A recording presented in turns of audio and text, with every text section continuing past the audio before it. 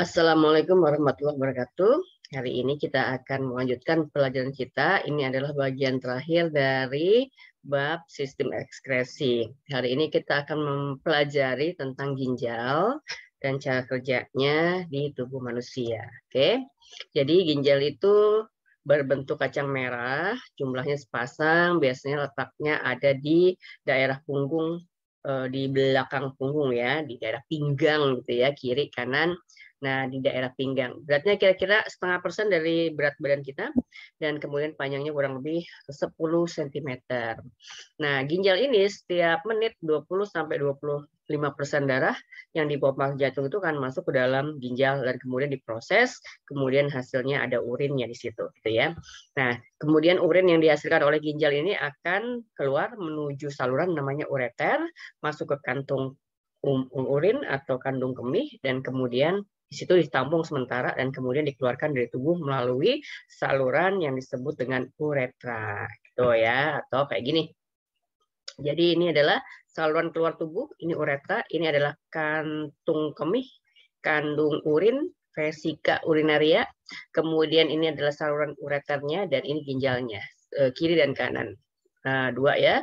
Nah, jadi urin diproses di sini, hasilnya keluar lewat saluran ureter sepasang, kemudian ditampung sementara di kandung urin, dan kemudian dikeluarkan keluar tubuh melalui saluran namanya uretra. Jadi kalau uretra satu, kalau ureter sepasang ya. Kalau kita buka sebelah dalamnya maka akan terlihat gambar seperti ini. Ini adalah bagian-bagian dari ginjal. Ginjal itu dibagi menjadi dua lapisan. Bagian sebelah luar namanya korteks, mirip tumbuh-tumbuhan ya istilahnya. Ini adalah korteks. Nah, ini segini ya tebalnya ya. Nah, ini adalah korteks. Kemudian bagian ini, nah ini adalah medula. Ini kalau segini namanya piramid ya. Piramid renalis. Nah, ini piramid renalis. Nah, jadi piramid ini letaknya di bagian medula. Kemudian bagian berikutnya adalah ini pelvis renalis ya. Pelvis renalis yang kemudian ada percabangannya, ada percabangan yang kecil-kecil namanya calyx minor, ada percabangan yang lebih besar namanya calyx mayor ya. Nah, ini kalau dilihat bagian dalamnya lagi, maka dia mengandung jutaan alat untuk memproduksi urin yang namanya nih, nefron. Nah, ini nefron ya. Nah, jadi nefron itu sebagian ada yang letaknya di korteks, ada sebagian yang letaknya di medula. Nah, itu adalah bagian-bagian ginjal. Ini strukturnya tadi ya, korteks sebelah luar, kemudian di sebelah dalamnya namanya medula atau sumsum ginjal gitu ya. Ini di bagian dalam. Nah, di area korteks dan medula, ini ya, area korteks dan medula itu terdapat unit-unit kecil dari ginjal yang namanya nefron. Jumlahnya berjutaan ya. Nah, jadi inilah mesinnya ginjal untuk membuat urin, namanya nefron. Nah, ingat ya, kalau di apa namanya cacing ada nefridia. Jadi kalau ada nefnya itu biasanya alat ekskresi gitu ya. Nah, bagian yang tadi menuju keluar dari ginjal adalah pelvis renalis ya, atau rongga ginjal. Nah, tempat bermuaranya pembuluh pengumpul ini dihubungkan oleh ureter ke kandung urin atau ke vesika urinaria. Ini adalah tempat menampung sementara ya, tadi sudah disebutkan ya. Kemudian dikeluarkan di luar tubuh melalui saluran namanya uretra. Oke. Nah, karena nefron itu penting banget, maka pembahasan kita selanjutnya berkutat di nefron. Nah, ini nefron ya. Ini adalah nefron. Seperti gambar yang tadi ini. Nah, ini diperjelas lagi jadinya kayak gini. Jadi kita lihat bagian-bagian nefron. Bagian-bagian nefron ada yang namanya komponen vaskuler. Komponen vaskuler adalah pembuluh-pembuluh darah yang ada di sekitar nefron. Ini ada gambarnya merah, ini ada gambarnya biru. Biasanya kalau merah itu menggambarkan arteri, yang biru itu menggambarkan vena, tapi ini adalah pembuluh-pembuluh kapiler. Nah, ini adalah komponen vaskulernya si nefron. Terdiri dari, nah ini adalah pembuluh yang bawa darah masuk. namanya arteriola afferent. Nih bawa darah masuk. Karena ingat bahan baku untuk bikin urin adalah darah, gitu ya. Maka ada pembuluh darah besar yang kemudian mengangkut darah dari luar tubuh menuju ke dalam nefron, gitu ya. Nah, jadi inilah arteriol afferent. Kemudian ini adalah badan Malpighi semuanya. Ingat alat ekskresinya si serangga, belalang. Kemarin ini ada bulu Malpighi. Nah, jadi ini juga punya Malpighi. Kita juga punya Malpighi ya. Jadi yang ini semuanya namanya badan Malpighi. Kalau di serangga namanya bulu pemalpighi. Kita badan Malpighi atau corpuscle renalis. Nah, si bulu Malpighi itu terdiri dari ini ada glomerulus, ini adalah jalinan pembuluh darah kapiler arterial gitu ya.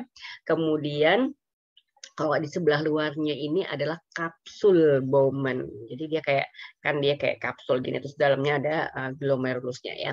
Nah, kemudian komponen vaskular lainnya adalah yang ini.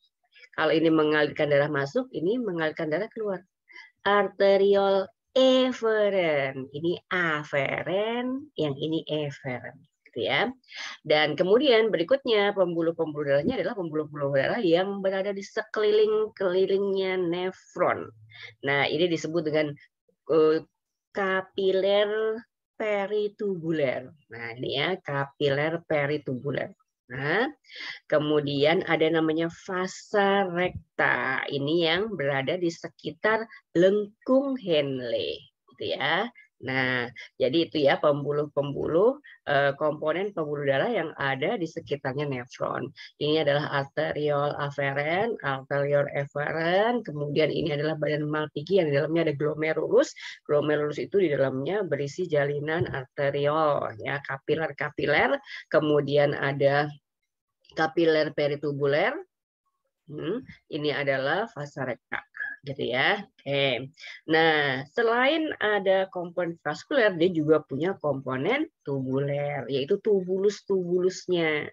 Tadi di sebelah luar ada kapsul Bowman, kemudian ada tubulus yang keluar dari badan Malpighi, namanya tubulus proximal, ya. Nah, ini adalah kapsul Bowman. Kemudian pembuluh yang keluar dari badan Malpighi ini adalah tubulus proximal, ya, tubulus proximal. Kemudian ada lengkung Henle yang kayak jepit rambut ya, tapal kuda bentuknya U gitu ya. Nah, ada saluran yang menurun, ada yang menurun, kemudian ini ada lengkungnya, kemudian dia menaik. Nah, setelah itu adalah tubulus distal. Ini adalah tubulus distal. Nah, kemudian tubulus pengumpul, ductus collectivus gitu ya. Nah, itu adalah pembuluh-pembuluhnya.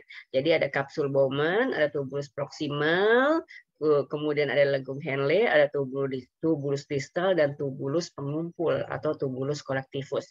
Kalau udah sampai di pengumpul berarti udah jadi urinnya tinggal dikeluarin masuk ke pelvis renalis, ya. Nah, kemudian nefron ini secara struktur dia ada dua macam. Ada nefron yang hampir seluruhnya terletak di bagian korteksnya ginjal. Ada nefron yang lengkung Henle-nya itu menjulur sampai ke bagian medulanya ginjal, gitu ya. Nah, yang kayak gini disebut dengan nefron kortikal karena ada di korteks, gitu ya. Jadi seluruh bagiannya terdapat pada bagian korteks. Lengkung Henle-nya pendek aja, gitu ya. Nah, yang ini adalah nefron juxtamedullari, saya namanya ya. Nefron juxtamedullari yang lengkung Henle-nya menjurul sampai ke area medula, gitu ya. Oke. Maka gambarnya yang tadi yang awal juga begini, gitu ya. Jadi ini adalah nefron kortikal, ini adalah nefron juxtamedullari. Oke. Nah, sekarang Bagaimana kerja ginjal? Fungsinya dulu, dia adalah menyaring atau membersihkan darah. Jadi bahan baku untuk bikin urin adalah darah, gitu ya. Nah, memisahkan ada antara zat yang masih berguna dengan zat sisa metabolismenya. Sisa metabolismenya harus dibuang, maka dialah yang memilah-milah begitu ya. Apa aja sisa metabolisme itu? Ada garam-garam yang berlebihan, kemudian ada urea, amonia, asam urat. Ini adalah semua limbahnya nitrogen ya. Kemudian ada kreatinin dan produk penguraian hemoglobin. Ya, jadi kalau yang kemarin sel darah merah rusak, nah itu juga sebagian akan masuk ke ginjal kan ya. Nah, kemudian fungsi lainnya adalah mengendalikan keseimbangan air dan konsentrasi ion penting dalam tubuh. Jadi misalnya ion-ion Na, K, ini ada pompa ion ya, Mg, SO4, PO4. Nah, menjaga tekanan darah dan tingkat kadar garam dalam darah ini juga diatur oleh ginjal. Karena di sana ada banyak banget hormon yang bekerja, yaitu misalnya ada renin, angiotensin, aldosteron, nanti dibahas sendiri nih ya. Nah, kemudian mengatur produksi sel darah merah di dalam sumsum tulang karena dia memproduksi hormon.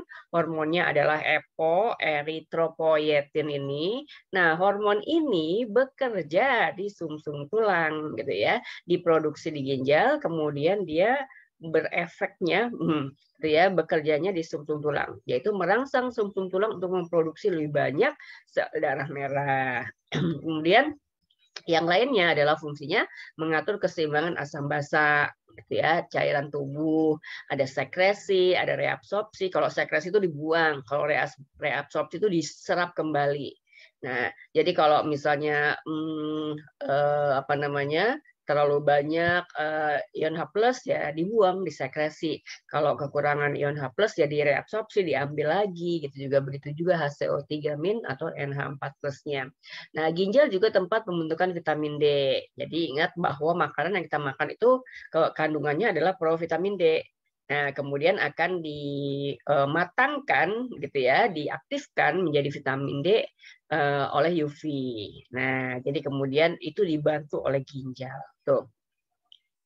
Fungsi lainnya adalah mengekstraksi zat-zat yang dikonsumsi berlebihan atau zat-zat yang berbahaya bagi tubuh. Misalnya zat-zat yang beracun gitu ya, obat-obatan yang kita minum itu diambil secukupnya. Kemudian lainnya akan dibuang lewat ginjal. Begitu juga bahan-bahan aditif lainnya juga akan dibuang lewat ginjal kalau kemudian tubuh merasa sudah cukup untuk mengambilnya gitu ya. Nah, kemudian fungsi lainnya adalah penghasil hormon. Tadi udah dibahas ya, satu ada eritropoietin, EPO. Ya, merangsang peningkatan laju pembentukan sel darah merah oleh sumsum tulang. Kemudian ada kalsitriol. Nah, kalau ada kalsinya gitu ya, untuk membentuk vitamin D, menjaga keseimbangan kimia dalam tubuh, mempertahankan kalsium dalam tulang, namanya kalsitriol. Kemudian ada hormon renin. Ginjal itu bahasa latinnya ren ya. Nah, jadi hormonnya namanya renin. Nah, untuk mengatur tekanan darah dalam tubuh. Penting ya, jadi ginjal itu penting banget. Maka kalau orang kemudian ginjalnya rusak, maka jadi dampaknya ke mana-mana gitu ya, karena dia fungsinya juga macam-macam. Nah, ini adalah proses pembentukan urin, ada beberapa prosesnya, ada yang namanya filtrasi, ada yang namanya reabsorpsi dan sekresi, kemudian ada augmentasi. Ya, diakhiri dengan ekskresi, ya. Jadi gambar ini akan muncul terus karena memang motor utamanya ginjal itu adanya di nefron gitu ya. Maka di mana filtrasi, di mana reabsorpsi, di mana augmentasi itu akan kita temukan tempat-tempatnya. Kita akan bahas satu-satu ya proses pembentukan urin. Yang pertama adalah filtrasi, filter, saring gitu ya. Nah, filtrasi berlangsung saat darah bertekanan tinggi dari arteriol aferen masuk ke glomerulus dalam corpus renalis. Jadi, saat filtrasi ini terjadi ketika darah masuk ke dalam badan Malpighi, masuk ke dalam glomerulus ya, diingat lagi gambarnya ya. Nah, ini adalah arteri aferen. Masuklah darah ke dalam badan Malpighi, masuk ke dalam glomerulus. Nah, inilah dia difilter, disaring. Nah, gitu ya. Jadi ada yang dikeluarkan lagi dari ginjal. Nah, jadi kayak saringan santan itu ya, ada yang nggak lolos di saringan, ada yang lolos di saringan. Yang lolos di saringan akan menuju ke pembuluh proksimal. Yang tidak lolos di lubang saringan, maka dia akan dikembalikan lagi ke tubuh masuk lagi ke pembuluh darah arterial efferent. Dipakai lagi gitu ya.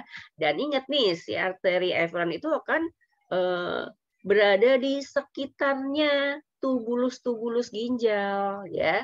Nah, jadi ini adalah berada di sini. Nah, ini tebalnya selapis sel. Tubulus ginjal juga tebalnya selapis sel. Maka sangat memungkinkan terjadi reabsorpsi dan sekresi di situ.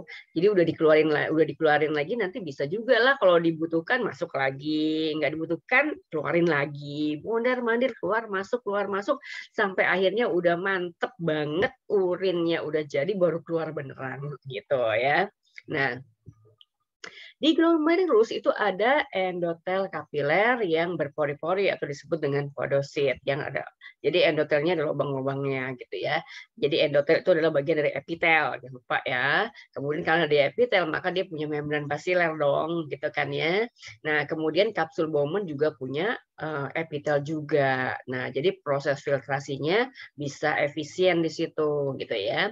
Nah, selain itu ada faktor lain yang mempermudah filtrasi, apalagi ada faktor tekanan hidrostatik, tekanan darah terhadap dinding pembuluh. Waktu darah itu masuk ke dalam glomerulus itu bertekanan tinggi gitu kan ya. Kemudian ada tekanan osmotiknya, tekanan yang dikeluarkan oleh air atau produk lain pada membran filtrasi. Jadi permeabilitas membran ini 100 sampai 1000 kali lebih permeabel dibanding dengan permeabilitas kapiler pada jaringan lain. Jadi di glomerulus itu permeabel banget si membran-membran selnya, terutama membran-membran selnya si epitel-epitelnya gitu ya. Nah, jadi pada proses penyaringan atau filtrasi, nah itu tadi kan ada kayak lubang-lubang saringan kayak kita bikin santan gitu kan ya. Sel darah dan sebagian besar protein ya, protein plasma, berarti kan karena bahan bakunya plasma ya, maka protein plasma disaring sehingga tersaring, terfilter keluar dari glomerulus menuju arteriole efferent.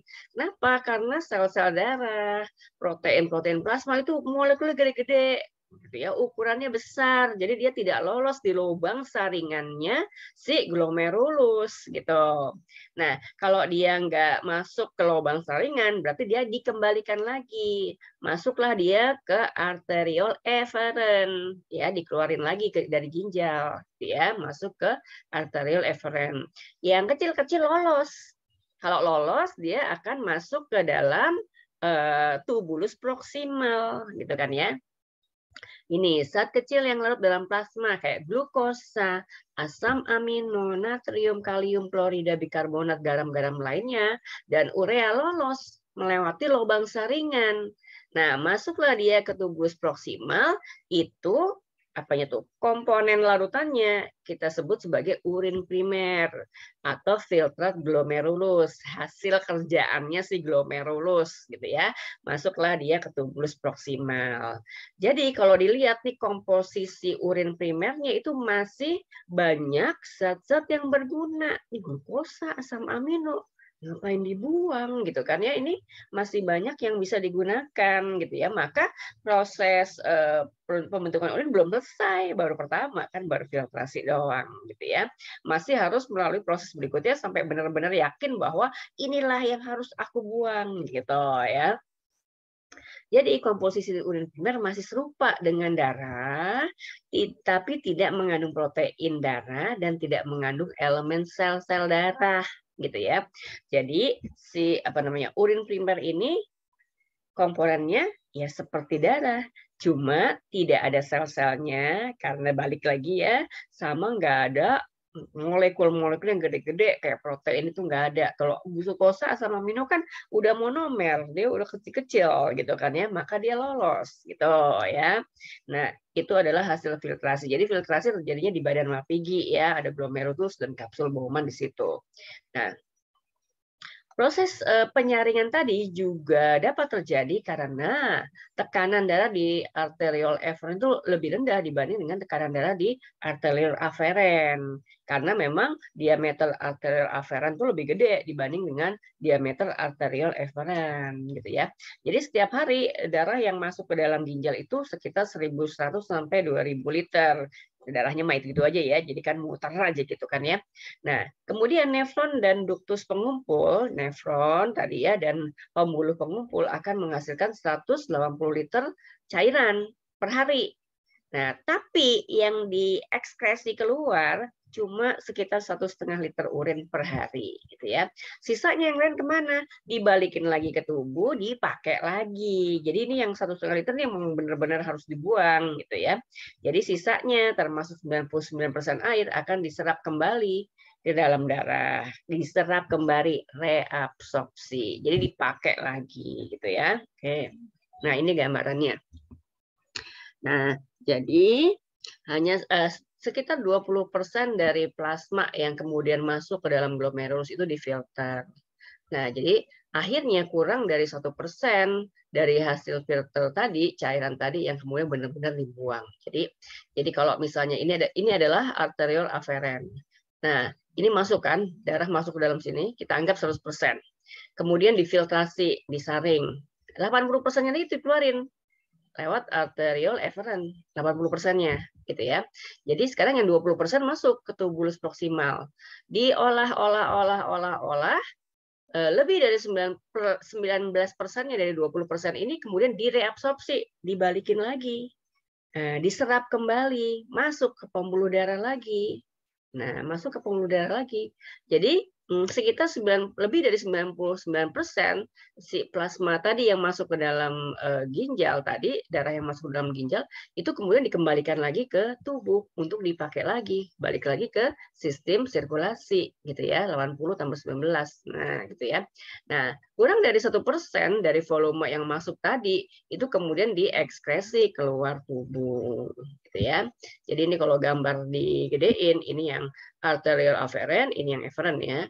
Masuk ke dalam sini, glomerulus, disaring. Nah, yang tadi ya, ion-ion sama larutan yang monomer-monomer bisa lolos dari saringan, kemudian masuklah dia ke tubulus-tubulus. Sedangkan molekul gede-gede sama sel-sel darah dibalikin lagi ke tubuh, gitu ya. Nah, jadi kemudian yang tadi lolos ini pun tidak semuanya dikeluarin, tapi ada yang direabsorpsi, dikembalikan lagi ke pembuluh darah, digunakan lagi, gitu ya. Yang benar-benar dibuang itu akan masuk lagi ke dalam, misalnya dari luar nih, oh ada yang harus dibuang gitu ya, maka itu namanya sekresi dari darah ke pembuluh gitu ya. Jadi kalau reabsorpsi itu dibalikin lagi ke pembuluh darah, kalau sekresi itu dikeluarin dari pembuluh darah menuju pembuluhnya ginjal. Kalau ekskresi itu dibuang gitu ya. Ya, jadi ini ada istilah-istilah yang mesti dipahami dulu ya. Ini panah biru tuh keluar dari pembuluhnya ginjal ke darah. Itu namanya reabsorpsi. Ini panah yang hijau, budak ini kuning ya. Nah, ini namanya sekresi dari pembuluh darah, aliran larutannya ke pembuluhnya ginjal. Itu namanya sekresi. Nanti jangan terbalik ya. Oke. Atau ini juga sama nih ini ya. Ya, ini kan masuk, saring-saring-saring keluar lagi. Nah, ini yang 20%-nya tadi ya. Nah, di pembuluh proksimal itu ada air yang keluar. Kan masih banyak kan airnya kan tadi ya. Kemudian ada lautan-lautan yang juga harus keluar gitu ya. Ini di pembuluh yang turun. Nah, ini lambung Henle yang turun. Ini juga nih kemudian nih air dikeluarin lagi. Air dikeluarin lagi. Nah, yang naik ini garam yang dikeluarin. Nah, gitu nanti garamnya keluar, ada yang masuk lagi, kemudian air dikeluar lagi, air keluar sampai kemudian terbentuklah limbah yang lebih pekat gitu ya. Tapi kalau terlalu pekat, ya dikurangin lagi konsentrasinya, garamnya dikeluarin lagi gitu ya. Pokoknya keluar masuk gitu ya. Nah, ini yang variabel reabsorpsi itu yang mungkin keluar, mungkin masuk, bisa keluar, bisa masuk ya, tergantung dari situasi dan kondisi gitu ya. Juga sama. Nah, ini menggambarkan ini kenapa sih warnanya ini coklatnya lebih tua, ini coklatnya sedang, ini lebih muda gitu ya. Ini menggambarkan konsentrasi limbah gitu ya, konsentrasi cairan ekstraseluler. Nah, jadi si nefron-nefron yang ada juta-juta itu kemudian kan dia berada di sini kan ya. Nah, berada di sini. Berarti di ruangan medula sama korteks itu kan ada cairan. Nah, itu namanya cairan interstisial gitu ya. Udah kalau digambarkan begini, ini cairan interstisial di daerah medula ya, medula sebelah dalam itu lebih pekat. Ini juga masih medula ya. Medula ini yang sebelah atas dia lebih tidak pekat, sedangkan di daerah korteks ini lebih encer. Ini kalau dianggap ini encer, ini sedang gitu ya, di bawah ini pekat gitu ya. Itu akan mempengaruhi keluar masuknya air dan larutan yang terlarut dalam air gitu ya. Sampai kemudian benar-benar jadi urin, dan kalau udah jadi urin itu kan tadi cuma 1% doang ya dari yang 100% masuk ke dalam sini ya. Maka ini udah benar-benar emang yang harus dibuang gitu ya. Oke. Nah, proses yang kedua adalah reabsorpsi, penyerapan kembali ya, yang tadi panahnya keluar dari tubulus. Nih, ya reabsorpsi berarti yang panahnya yang keluar. Nah, jadi ini dibalikin lagi ke darah dan kemudian dipakai lagi. Itu reabsorpsi. Nah, ini terjadi di tubulus proksimal dan di lengkung Henle. Lengkung Henle ya. Zat yang direabsorpsi di tubulus proksimal adalah air. Berarti air dikembalikan lagi ke pembuluh darah. Pembuluh darah yang ada di sekelilingnya tubulus-tubulus ginjal ya. Pembuluh darah yang memang dia ada di sekeliling situ gitu ya. Nah, pada keadaan normal, sekitar 99% dari air yang menembus membran filtrasi akan direabsorpsi, dikembaliin ya, di tubulus proksimal secara osmosis. Tubulus ginjal mereabsorpsi lebih dari 178 liter air, 1.200 gram garam, dan 150 gram glukosa setiap hari. Ya. Nah, kemudian selain air yang direabsorpsi adalah zat yang masih berguna. Tadi ingat bahwa yang masuk ke dalam tubulus proksimal adalah urin primer, yang masih banyak mengandung monomer-monomer penting kayak gitu ya. Nah, jadi kalau masih ada protein, asam amino, glukosa, nih asam asetoasetat dan vitamin, nah itu diambil lagi, jangan dibuang gitu ya, nggak dibuang dulu. Jadi diserap kembali, direabsorpsi secara aktif di tubulus proksimal. Nah, sehingga di lengkung Henle tidak lagi ditemukan bahan-bahan yang masih berguna itu. Jadi terutama asam amino, kemudian glukosa gitu ya, itu nggak ada lagi di lengkung Henle gitu ya. Yang lainnya juga yang direabsorpsi adalah misalnya ya, ada ion K+, PO4-, NO3-, glukosa, asam amino itu direabsorpsi secara transport aktif, sedangkan yang secara difusi ini adalah Na+ gitu ya. Nah, ini difusi Na+ meningkat karena permeabilitas sel tubulus lebih tinggi terhadap ion natrium karena banyaknya mikrofili yang ada di permukaan tubulus. Ya. Nah, di lengkung Henle apa aja yang direabsorpsi? Ada lengkung Henle yang turun, ada lengkung Henle yang naik. Nah, di lengkung Henle yang turun itu yang direabsorpsi adalah air.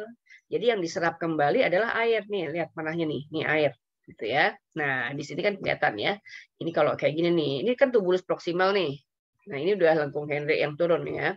Nah, ini kan HCO3- itu berarti direabsorpsi. Kalau panahnya keluar berarti direabsorpsi ya.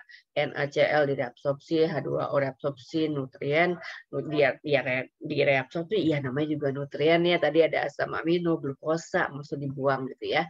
Kemudian ada K+ juga direabsorpsi. Nah, yang masuk ke dalam, nah ini berarti disekresi ya.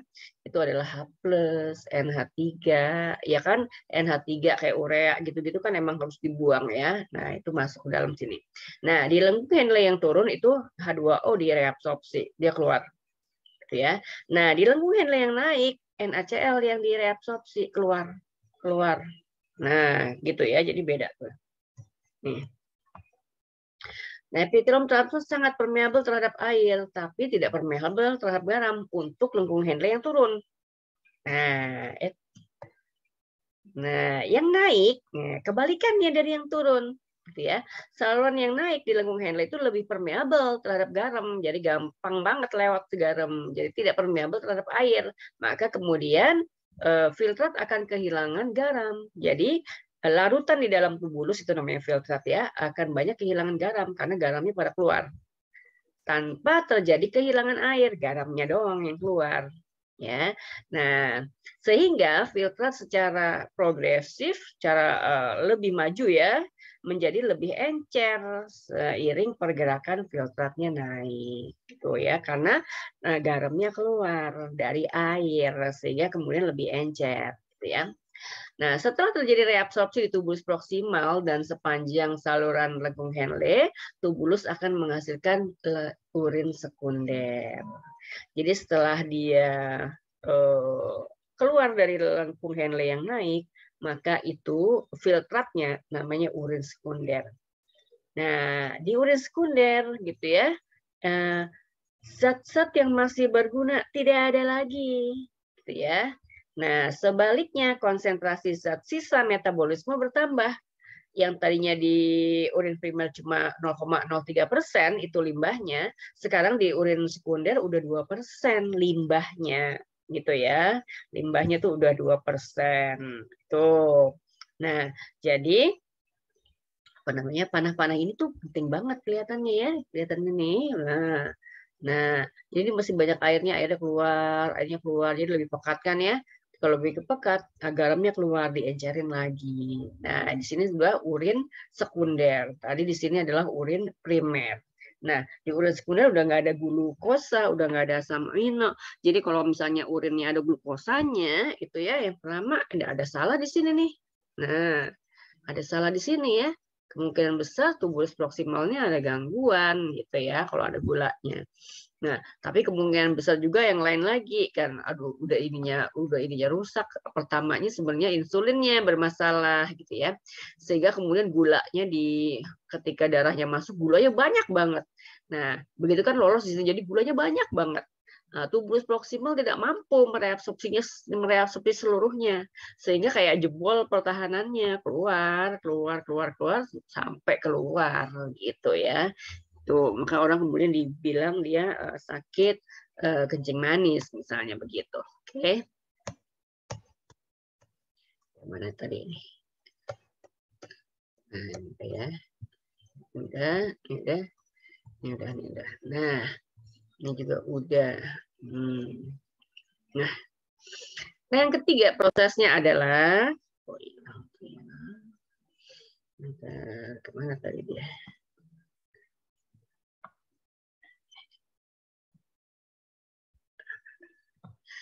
Hilang. Ya.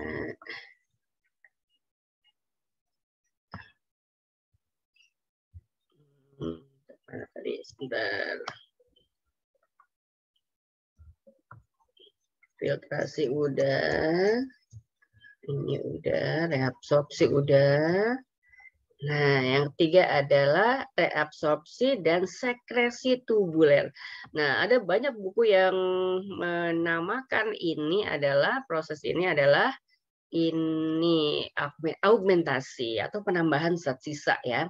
Kalau di buku textbook itu namanya reabsorpsi dan sekresi tubuler.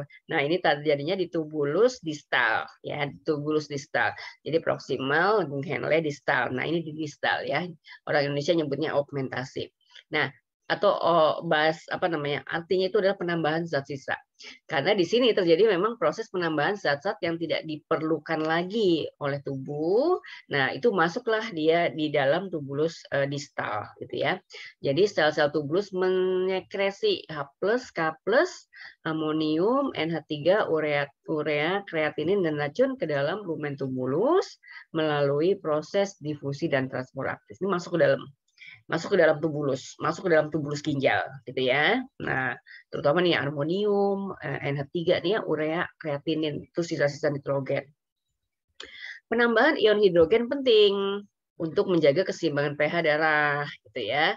Jadi ini kalau dia disekresi berarti ini dari darah masuk ke dalam pembuluh. Masuk ke pembuluh ginjal gitu ya. Jadi ion hidrogen penting untuk menjaga keseimbangan pH darah. Jika pH darah mulai turun, berarti kan dia asam gitu ya. Itu kan H+-nya banyak. Nah, maka H+-nya harus dibuang gitu ya. Maka H+-nya harus disekresi gitu ya. Nah, kemudian ada reabsorpsi HCO3- sampai kemudian pH darahnya normal. Jadi H+-nya dikeluarin, kemudian HCO3-nya diambil gitu ya. Konsentrasi ion K+ dan NaCl cairan tubuh diatur dengan cara memvariasikan jumlah K+ yang disekresi ke dalam filtrat dan jumlah NaCl yang diserap kembali dari filtrat. Jadi ini mana yang mesti dibuang? K+, karena ion positif ya. Kemudian mana garam yang harus dikembalikan ke tubuh, gitu ya. Filtrat yang terbentuk pada tubulus distal disebut urin sesungguhnya. Nah, jadi ini udah jadi nih urinnya. Kalau udah jadi distal ya, dia udah di distal ya, kemudian mengalir menuju kolektivus, walaupun sebenarnya prosesnya belum selesai tuh, gitu ya. Nah, yang terakhir adalah ekskresi. Sorry, ini nomor 4 nih ya. Nah, ini terjadi di tubulus kolektivus atau pengumpul. Epitelium transport pada tubulus pengumpul permeabel dia terhadap air, tapi tidak permeabel terhadap garam. Artinya air itu bisa keluar masuk dengan mudah, tapi kalau garam enggak, gitu ya. Filtrat akan kehilangan lebih banyak air melalui osmosis ke cairan hiperosmotik di luar tubulus. Nah, jadi filtrat itu cairan yang ada dalam tubulusnya ginjal, karena dia permeabel si dindingnya gitu, maka kemudian dia keluar tuh airnya. Keluarnya kemana? Ke cairan hiperosmotik yang ada di luar tubulus yang tadi warnanya coklat tua tuh, gitu ya. Di medula tadi kan ada yang coklat tua, coklat muda, kemudian coklat muda banget. Mana deh? Nah ini nih. Nah ke sini ini hiperosmotik nih di luar ini nih. Nah ini paling pekat, ini agak kurang pekat, ini kurang pekat, gitu ya. Nah jadi di sini hiperosmotik terhadap cairan yang di dalam tubulus, terhadap filtrat yang ada di dalam tubulus, gitu ya. Nah, jadi karena dia permeabel terhadap air, maka filtrat akan kehilangan lebih banyak air. Prosesnya melalui osmosis ke dalam cairan hiperosmotik di luar tubulus, gitu ya. Nah, sehingga karena airnya banyak keluar, maka konsentrasi urea di filtrat itu kan jadi pekat karena airnya pada keluar. Kan gitu kan ya. Nah, tapi tubulus pengumpul bagian bawah yang terletak di bagian medula, yang tadi warna coklat tua yang di sebelah luarnya ya. Nah, ini tubulus pengumpul lebih permeabel terhadap urea. Jadi urea juga bisa keluar di situ ya. Karena konsentrasi urea di bagian yang tinggi, maka sebagian urea juga didifusi keluar, gitu ya. Masuk juga ke cairan interstisial, maka kemudian di bagian medula ini emang jadi hiperosmotik gitu kan ya. Tadi airnya banyak, tapi urea juga bisa jadi banyak, gitu ya. Urea dan garam yang berada di cairan interstisial ini mempertahankan osmolaritas tinggi di medula. Jadi medula itu osmolaritasnya tinggi, jadi dia hiperosmotik emang ya. Dan membuat ginjal mampu menghemat air dengan cara mengekskresikan urin yang hiperosmotik dibandingkan cairan tubuh yang lain, gitu ya. Maka kalau di luar hiperosmotik kemudian di tubulusnya, di tubulus pengumpulnya jadi hipoosmotik, maka air di dalam tubulus itu juga keluar. Kan osmosis ya dari hipo ke hiper gitu kan ya. Maka kemudian yang dibuang oleh tubuh itu airnya enggak banyak sebenarnya gitu ya. Jadi ginjal mampu menghemat air dengan cara mengekskresi urin yang hiperosmotik dibandingkan dengan cairan tubuh pada umumnya, gitu ya. Sama lah sama yang tadi. Ini ada caranya ya.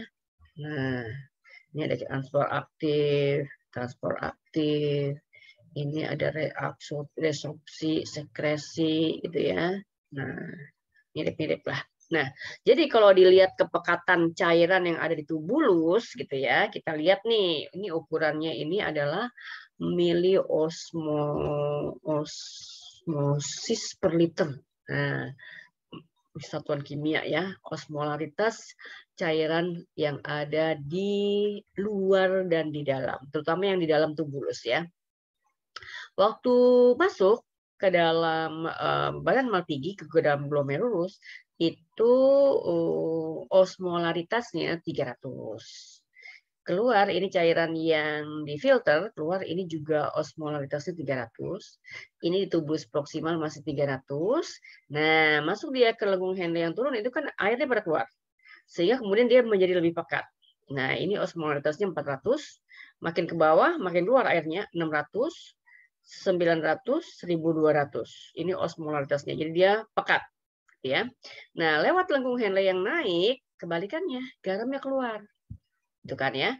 Maka osmolaritasnya turun 1200 ke 700, turun lagi ke 400, turun lagi ke 200, turun lagi ke 100. Nah, sampailah di tubulus distal osmolaritasnya 100. Nah, di sini di tubulus pengumpul air keluar lagi. Nah, dia pekat lagi. Osmolaritasnya 300, 400, 600, 1200. Tadi di area medula ini juga hiperosmotik.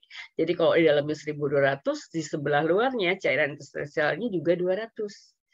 Gitu ya. Juga 1200 kok 200 ya. Jadi sih sama nih. Gitu. Jadi kalau sama tuh nggak ada yang keluar, nggak ada yang masuk. Kan udah sama, isoosmosis gitu ya.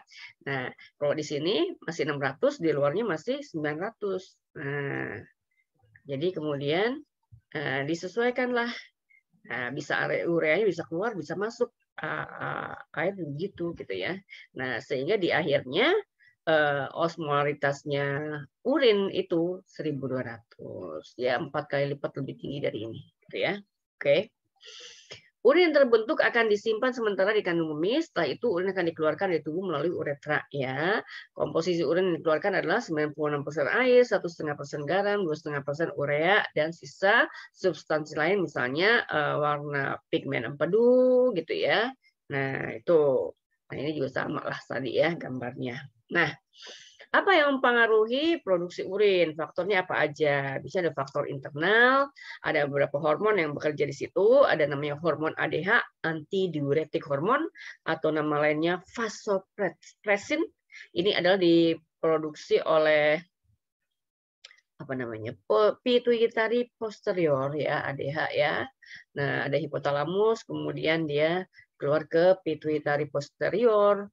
Fungsinya adalah meningkatkan permeabilitas epitel terhadap air, mengandung reabsorpsi air di tubulus distal dan tubulus collectivus. Jadi area di sini, nah area di sini kerjanya, prosesnya, proses augmentasi gitu ya, sama ekskresi dan sekresi ini dipengaruhi oleh hormon ADH, ya tubulus distal dan tubulus pengumpul, gitu ya. Nah, bila tubuh banyak kehilangan air, misalnya saat olahraga keringetan atau saat BAB terus diare gitu ya, maka osmolaritas darah meningkat. Artinya cairan kan keluar dari tubuh. Maka plasma darah, cairan di plasma darah itu menjadi apa namanya? Lebih tinggi konsentrasinya. Dalam tanda kutip lebih kental lah gitu kan ya. Nah, kemudian ini mengakibatkan ADH akan banyak diproduksi, dilepas ke dalam darah, sehingga kemudian ADH ini meningkatkan reabsorpsi air pada tubulus distal dan tubulus collectivus. Tadi kalau reabsorpsi, ingat lagi, reabsorpsi itu diambil cairannya dari tubulusnya ginjal ke pembuluh darah. Jadi sekarang ada pengambilan air dari tubulus distal ke darah. Sehingga darah yang tadinya kental dan tanpa kutip kemudian normal lagi gitu ya. Tapi kemudian efeknya urinnya enggak banyak gitu ya. Nah, kekurangan ADH menyebabkan reabsorpsinya terhambat. Jadi air sulit diserap kembali. Maka kemudian urinnya airnya banyak. Nah, jadi orang yang kemudian mengalami gangguan urinnya banyak terus karena hormonalnya nggak beres gitu ya, karena kekurangan ADH, dia penyakitnya disebut dengan diabetes insipidus gitu ya. Nah, sebagai penggantinya orang ini akan selalu merasa haus terus gitu ya untuk menggantikan apa namanya kekurangan air di darahnya gitu ya. Gitu ya, itu ADH. Nah, jadi ADH tadi ada hipotalamus, kemudian menuju ke pituitari, hipofisis ya. Nah, ADH itu meningkatkan permeabilitas pembuluh darah di distal sama pembuluh darah pengumpul, gitu ya, sehingga air diserap kembali, direabsorpsi masuk ke pembuluh darah, sehingga osmolaritas darah itu kemudian terjaga. Gitu ya. Di samping itu, kerjanya hormon ini juga menyebabkan haus. Kalau haus, kita kemudian minum. Kalau minum itu juga cairannya juga akan mengulangi osmolaritas darah sehingga normal lagi, gitu ya. Berikutnya, hormon berikutnya adalah ini kelompok hormon RAS, RAAS. renin, angiotensin, aldosteron system atau sistem renin, angiotensin, aldosteron, gitu ya. Nah, hormon ini dihasilkan oleh bagian yang namanya aparatus juxtaglomerulus, JGA ya, juxtaglomerular apparatus, yang letaknya di sekitar arterial afferent. Di sekitar sini. Nah, di sekitar sini gitu ya. Nah, fungsinya hormon-hormon ini adalah merespon terhadap tekanan darah rendah. Nah, kalau tadi, nah ini juga bisa meningkatkan tekanan darah. Nah, ya. Tapi ini dia kalau tekanan darah rendah maka sistem ini bekerja, gitu ya. Tekanan darah rendah atau konsentrasi natrium rendah atau kehilangan air, misalnya saat terjadi penurunan konsumsi garam, gitu kan ya, maka hormon ini bekerja. Gimana kerjanya? Nah, ginjal akan mengeluarkan hormon renin, daerah itu ya tadi JGA tadi mengeluarkan hormon renin. Kemudian renin akan mengubah protein plasma yang namanya angiotensinogen diubah menjadi angiotensin 2. Nah, angiotensin 2 ini kemudian berfungsi meningkatkan tekanan darah, meningkatkan volume darah. Nah, merangsang tubulus proksimal. Nah, kalau yang tadi distal ya, ADH itu ke distal sama kolektivus. Tapi kalau yang angiotensin 2 ini ke proksimal. Nah, jadi merangsang tubulus proksimal untuk mereabsorpsi garam dan air. Jadi menyerap kembali garam dan air. Nah, karena tadi respon terhadap tekanan darah rendah, konsentrasi garam rendah, gitu kan ya. Maka kerja angiotensin 2 adalah membuat tubulus proksimal mampu mereabsorpsi NaCl dan air. Jadi kembalikan lagi ke pembuluh darah, NaCl dan air. Sehingga mengurangi jumlah garam dan air yang dibuang lewat urin. Sehingga volume darah normal, tekanan darah meningkat. Gitu ya. Nah, angiotensin 2 juga merangsang kelenjar adrenal, anak ginjal, untuk menghasilkan hormonnya, namanya aldosteron. Nah, aldosteron ini bekerja di tubulus distal untuk menyerap kembali Na dan air sehingga meningkatkan volume dan tekanan darah. Jadi di distal air dan Na-nya juga diambil lagi dari urin sekunder gitu kan ya. Kalau ini dari urin primer ngambilnya gitu ya. Jadi angiotensin 2 bekerja di tubulus proksimal, angiotensin 2 kemudian hormon aldosteron bekerja di tubulus distal gitu ya.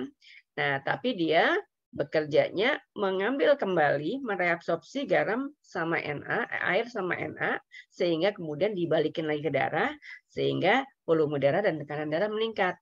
Gitu ya. Jadi kerja hormon-hormon ini benar-benar meningkatkan volume dan tekanan darah. Tuh, ya.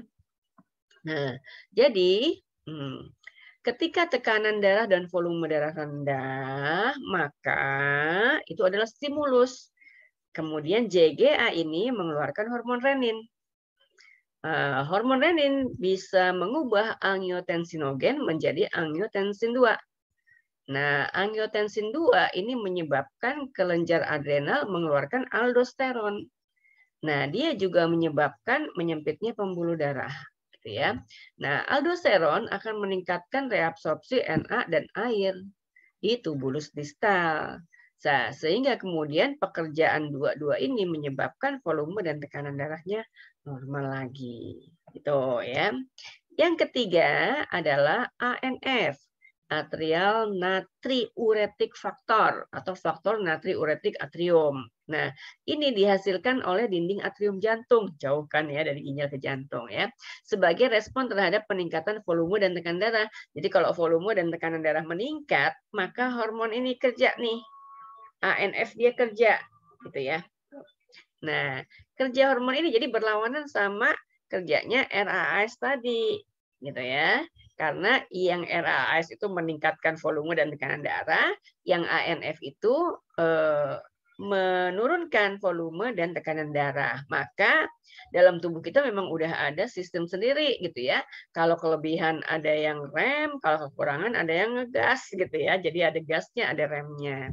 Jadi mekanisme kerja ANF adalah ANF itu menghambat pelepasan renin, menghambat reabsorpsi NaCl oleh tuberus collectivus, menurunkan pelepasan aldosteron sehingga volume dan tekanan darah menurun. Jadi kalau udah terlalu tinggi nggak bisa juga ya. Nah, maka harus di rem ya, diturunin lagi supaya normal tekanan darahnya, volume darahnya juga normal. Nah, ini adalah faktor-faktor eksternal, tadi internal ya, yang mempengaruhi produksi urin. Di antaranya adalah suhu lingkungan di luar, eksternal. Kalau lingkungan di luar itu panas, maka produksi keringat meningkat. Nah, kalau keringat meningkat, maka osmolaritas darah meningkat. Tadi kental gitu ya, karena airnya banyak keluar dari plasma. Nah, itu ADH akan meningkat. Nah, sehingga menyebabkan reabsorpsi air di tubulus distal meningkat. Nah, sehingga kemudian osmolaritas darah bisa dinormalin lagi, tapi urinnya jadi sedikit. Nah, karena airnya diambil gitu kan ya. Nah, faktor lainnya adalah jumlah air yang diminum. Bila kita banyak minum gitu ya, maka osmolaritas darah menurun. Jadi plasmanya encer gitu ya. Nah, akhirnya sekresi ADH menurun. Reabsorpsi airnya sedikit. Nah, jadi tidak banyak mengambil air lagi, wong di plasma udah banyak, gitu ya. Maka kalau airnya nggak diambil banyak, maka urinnya jadi banyak, gitu ya. Jadi kalau air yang diminum banyak, urinnya juga banyak. Konsumsi alkohol kan sebenarnya bukan minuman ya, dapat menghambat pelepasan ADH sehingga kandungan air dalam urin bertambah. Jadi urinnya banyak juga, gitu ya. Nah, ini adalah beberapa kelainan dan gangguan pada sistem urinaria. Misalnya ada glikosuria atau glukosuria. Ini di urin ada glukosa. Nggak boleh kan ya? Berarti tubulus proksimalnya ada yang rusak gitu ya. Karena harusnya di situ di urin primer kan urin primer ada gulanya. Nah, kemudian masuk ke lumbung Henle itu udah nggak boleh ada udah nggak boleh ada gula sama asam amino gitu ya. Ini juga gini, urin mengandung protein albuminuria. Nah, yang rusak sebelah mana gitu kan ya? Karena harusnya udah nggak ada protein, asam amino nggak ada gitu ya. Poliuria, urinnya banyak. Bisa disebabkan karena polidipsia. Minumnya banyak, aus terus. Konsumsi senyawa yang bersifat antidiuretik, itu senyawa yang bisa mempercepat pembentukan urin, misalnya kopi, alkohol, tadi ya obat-obatan tertentu. Saya kalau minum kopi pipis jadi banyak gitu ya. Kemudian uremia, ada darah di urin. Nah, kalau ada di darah di urin kan coba kamu bayangkan. Pada prosesnya sedemikian rumitnya tadi di nefron gitu ya, kemudian ada darahnya. Gimana caranya tuh darahnya lolos di lubang saringan filtrasinya glomerulus, berarti kan gitu ya. Kemudian lolos terus di proksimal lolos, di distal lolos, lubung Henle lolos gitu kan ya, sampai kemudian terbuang. Berarti betapa tidak bisa bekerjanya itu nefron gitu ya, bahaya banget.